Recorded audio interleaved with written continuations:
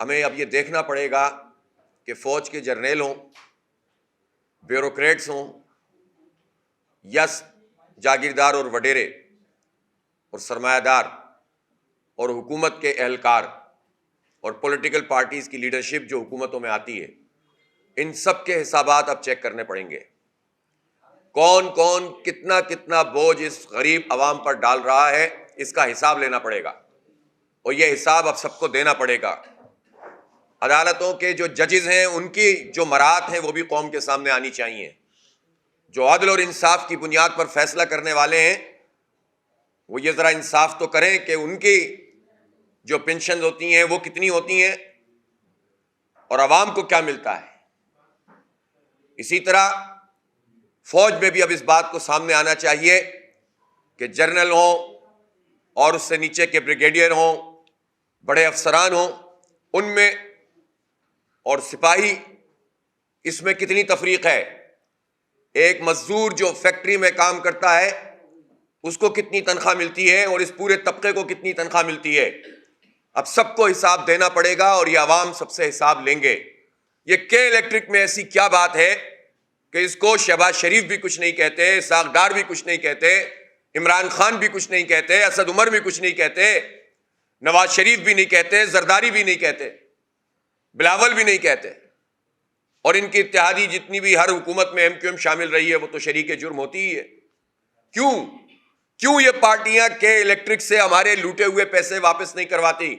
عمران خان کے زمانے سے اب تک یہ 3-4 سال گزر گئے، نیشنل گرڈ سے جو ان کو بجلی سستی دی جا رہی ہے اس کے پیسے یہ ادا نہیں کر رہے، اور ہم سے مہنگی بجلی پروڈکشن کے نام پر نہ صرف بل وصول کر رہے ہیں بلکہ فیول ایڈجسٹمنٹ چارجز میں پیسے بھی وصول کر رہے ہیں۔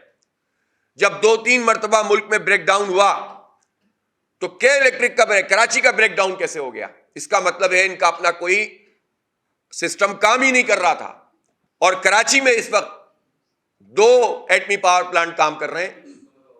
کراچی میں اس وقت جو نیشنل گرڈ کو بجلی جا رہی ہے وہ ایکسس ہے، پورے پاکستان میں جو بجلی ہے اس وقت ایکسس ہے، ہمیں ٹیک اوور معاہدے کے تحت پیسے دینے ہیں اگر ہم استعمال نہ بھی کریں۔ تو یہ کے الیکٹرک مافیا کو مسلط کر کے جنریشن اب کیوں بنائی جا رہی ہے، اور دوبارہ اس کا لائسنس دینے کے لیے سب مستعد ہیں۔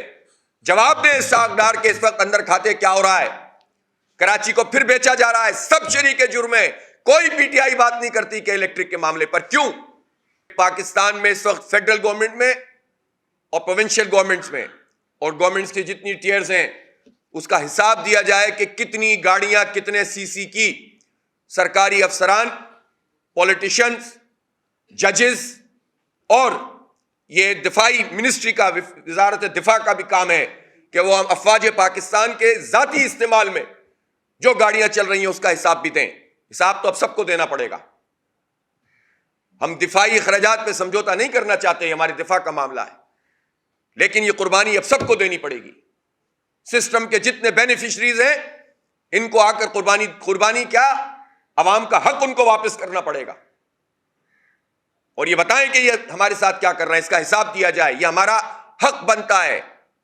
یہ پاکستان کے آئین میں یہ بات موجود ہے کہ انفارمیشن کا ہر شہری کو یہ حق حاصل ہے، رائٹ ٹو انفارمیشن کا ایکٹ موجود ہے باقاعدہ۔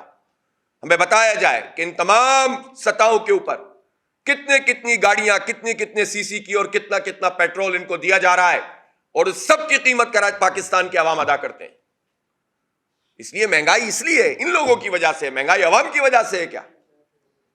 مہنگائی ان کے قبضوں کی وجہ سے۔ کتنی جاگیریں ہیں پڑی ہوئی ہیں، زمینیں آباد نہیں کرتے، انگریزوں سے لی تھی ان کی اولاد قبضہ کیے بیٹھی ہے، غداریاں کر کے زمینیں ملی ان کو، جاگیروں پہ ٹیکس نہیں لگتا، ان کے ٹیوب ویلز ایکسس زمینیں ہوتی ہیں، ان کے ٹیوب ویل چلتے ہیں، بجلی کی سبسڈی دی جاتی ہے، ہماری سبسڈی ختم کرتے ہو عوام کی۔ کیوں؟